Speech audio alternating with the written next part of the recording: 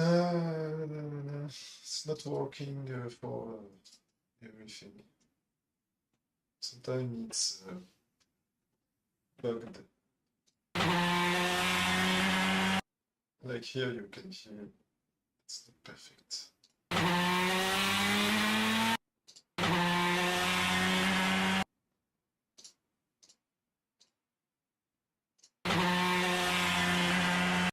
But there are many methods, so you can try.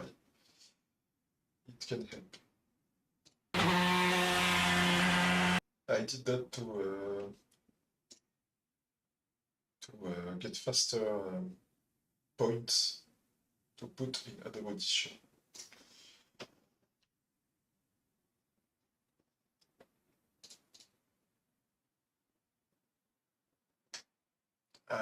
It's not better, but it's something I coded with Claude.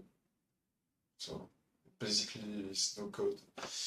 But since I know the problem I have, I can put some prompts to make what I want to solve the problem. So what I wanted is to gain time on treating the sample pitching, so it's not a repetitive task.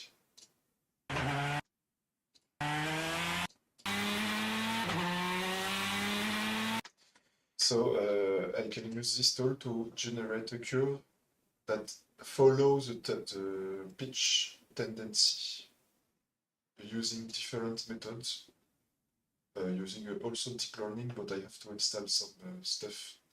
But it's working for some samples. It's working better with low variation. I think this one.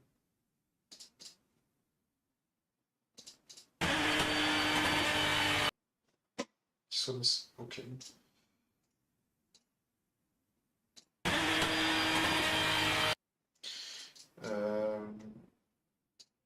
But it's easier to have the curve, so I don't have to check the sound myself at the start and the end. The algorithm detects the frequency, but I have to check because sometimes there are harmonics and stuff, and it's doing literally shit like here with some algorithm. It was not this one. Oh, but it seems to work now. What the fuck?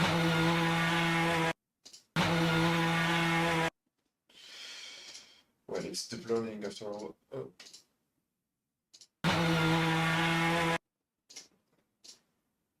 And this script is bugged, but if I remember correctly. One is based on an extraction of frequency, and one is using probabilities, and the other is using both and deep learning. But you have to check. It's mostly I will use each one to test to have the best curve, and then with my ear I will modify the sound. But I can, if it's doing a great job already, I can export directly the sound, so it's giving me faster time. So I think I will add this in my process because I'm doing the click and point since a very long time, and it's really time consuming. And I think if I really want to improve my motivation in doing some project, I should do that. No, I don't think it exists. I checked. There are procedural algorithms that can generate curve, tendency curve for pitch, but it's really not accurate. I think the complexity of engine sound with harmonics and the sound of wind, the sound of all the parasitic stuff, even with some filters, it's really hard to get a good result. A result that a musician expects, I mean, because I'm doing something with pitch to prevent stuff happening like that, like flanger effects on transition because of bad pitch.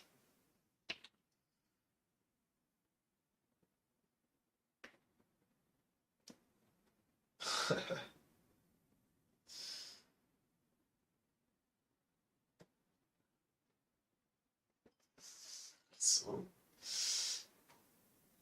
for example, in the Lola, you can hear that it's not perfect in this case on the sound transition between samples because the pitch is not perfectly aligned between the samples.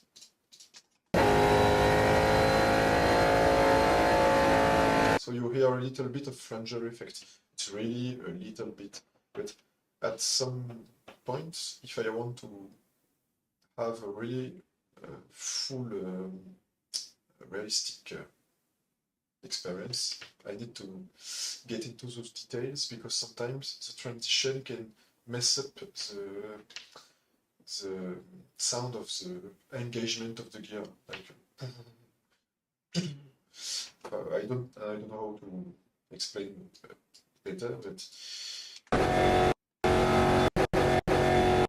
sometimes it can affect up this part, the start of the sample, because you hear the flanger effect inside.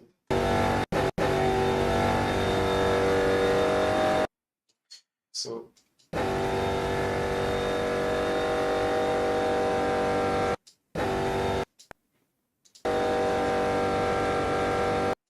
I think the samples goes high, then goes down in tonality, but it's like minus 0.1 or 0.2 semitones, so it's really low. So we'll try something. Tuck, tuck, tuck, tuck.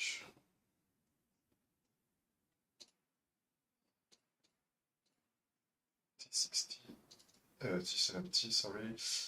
So this right here, we'll check if the deep learning can flatten the curve, because I think these algorithms are better with low variation, so you have to either use them to generate a curve to get a sample a test, something you can get based on for the pitch, or either you use it to perfect a curve you already done. So depends on the case. I think you can explore the different possibility with that. It can be really cool. So let's go. I think it can be. So this. So before, because it's not the right one. You see, here is a big problem with crossplane V8 that there are a lot of harmonics, so the script has a lot of difficulty with V8.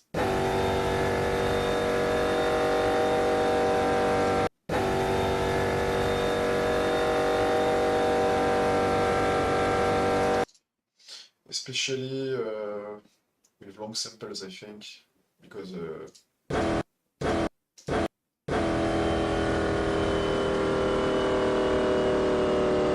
see. So let's try deep learning. Oh, it's too long. So I should have to cut it. We'll try with the cut machine.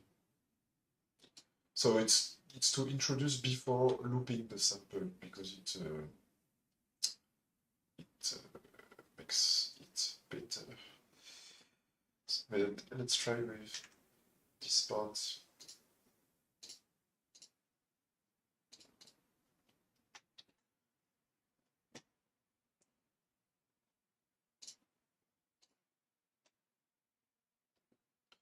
So, okay, I saved it to one place.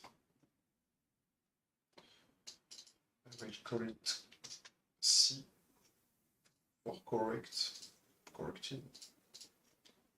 We get this. Okay. Uh, okay. Oh. Why?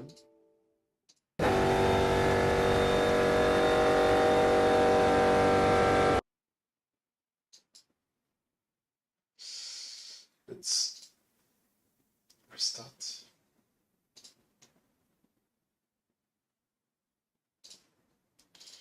So it might have some bugs for now because it's just the first try. So,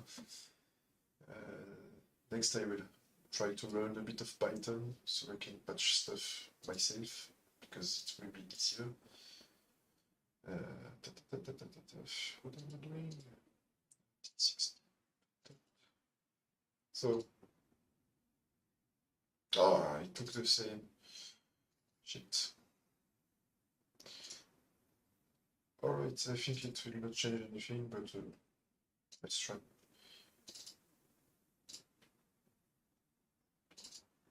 Maybe with prep it's not working.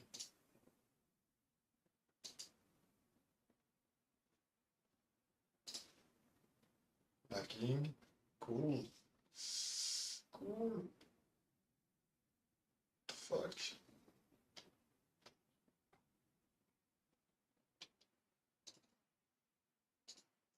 Stop. Stop. La joie du développement. Hop. I will try to save the last folder because it's annoying. Tuck. Okay.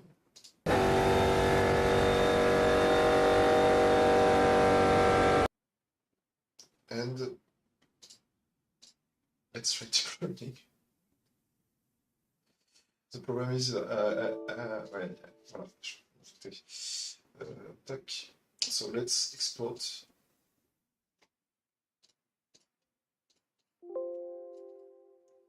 Okay, so now let's loop this one and try. We'll see the difference. The next project I will do, because I already have a project, is to implement something for transition like that to remove the artifact even in stereo because it's my other problematic.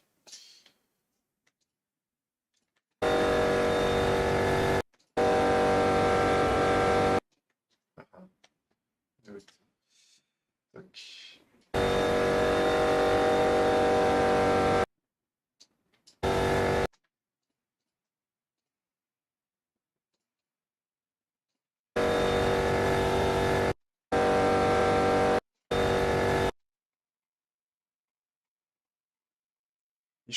I think it should keep the fundamental okay, so might not mess up everything. Let's see. Up.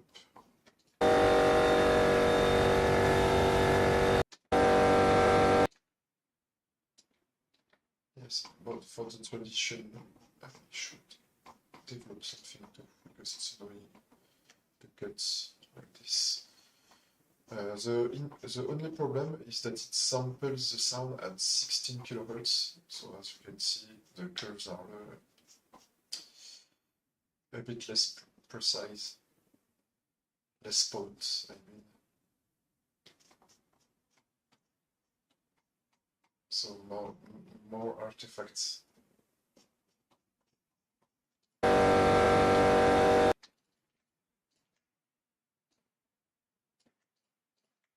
Because 16 kilohertz is really low. Should be at least 44.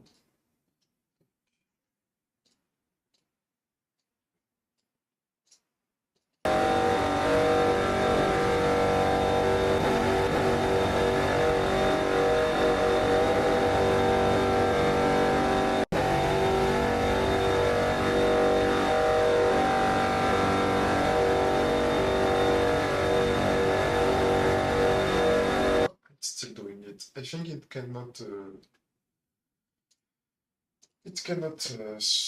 overpass human ear, but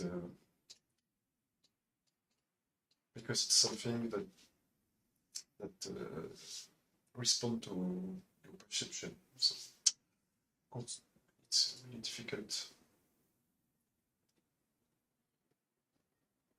And I think the deep learning method is not enough. It's deep learning of. So for now I'm blocked. The wait. Anyway, not a problem. So that's it, basically. We'll try with our stuff just for fun.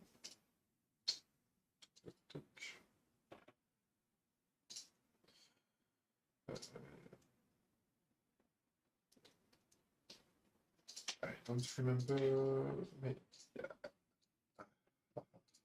I should be able to use all the samples at the same time. But what's next? Okay.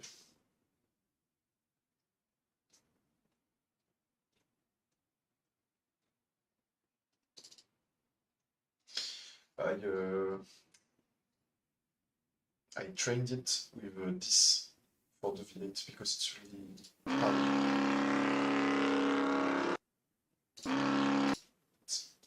My here and before. No. This is the algorithm and this is my here.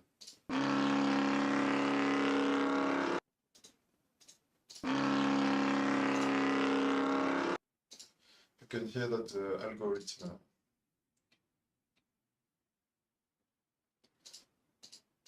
is wrong, if I remember well correctly. Oh, it's maybe because of that it went really hard, because I haven't inverted the names. Fuck. Okay. So now let's try.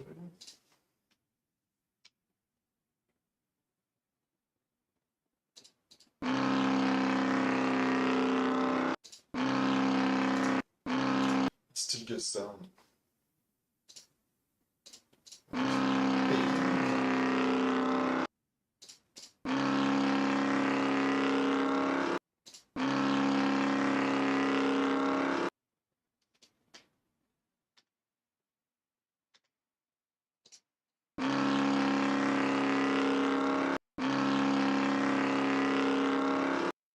it's a bit better.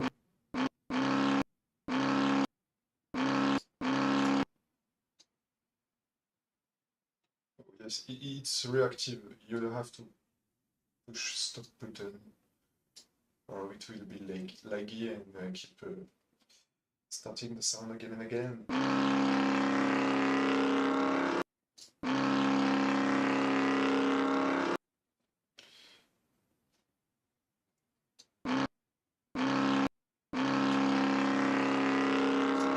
But it's less boring than using Audition, because Audition is looping the sound infinitely, and it can give you a lot of headaches. But Audition has a lot of cool tools too. So it's because I'm not really checking them. So like this. How should I use that? Let me try then. See.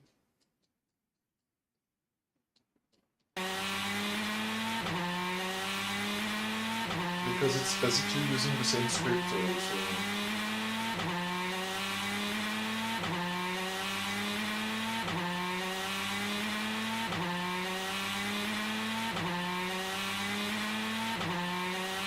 And you see it's really boring.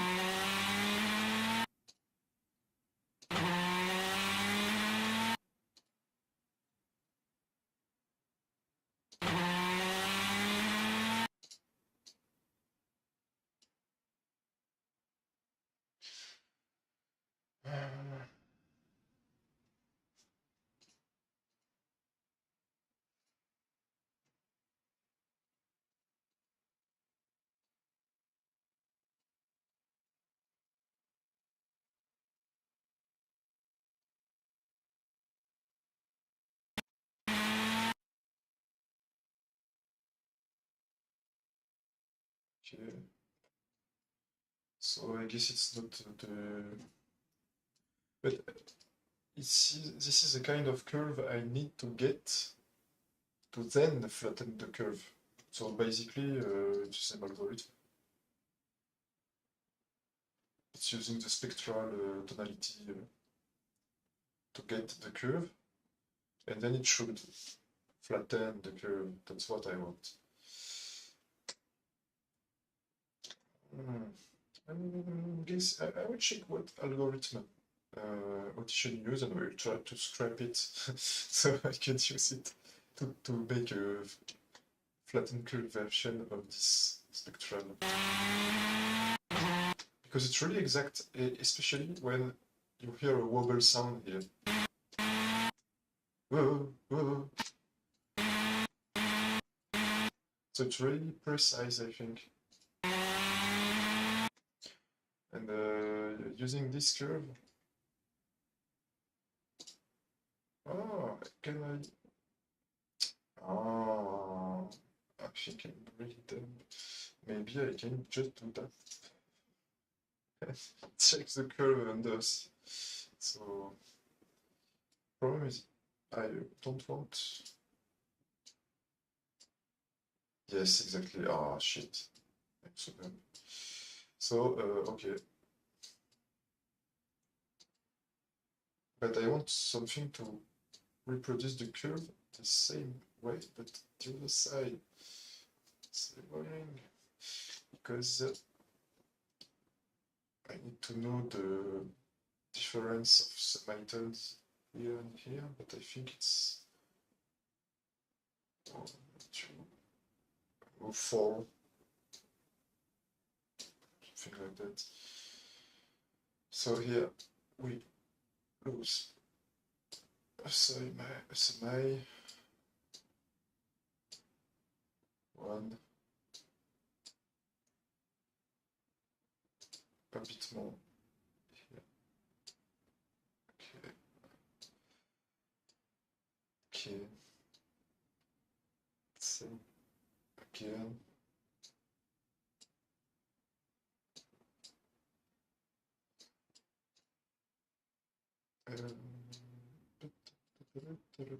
Oh yes, because it's changing the scale of time too.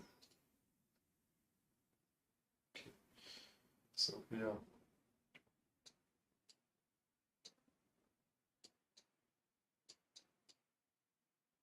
that's how you flatten a spike.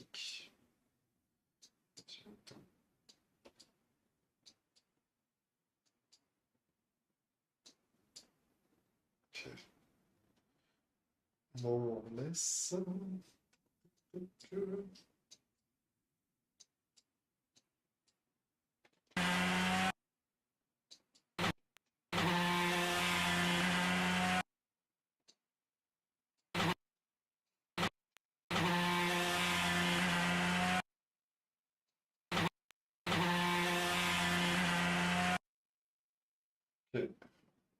Basically, it's helping a bit, but I prefer to have the point placed by something for me.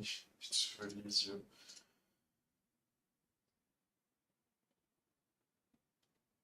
It's sad that you can't just transpose this curve here. We'll check if I can, but I didn't find. Anyway, so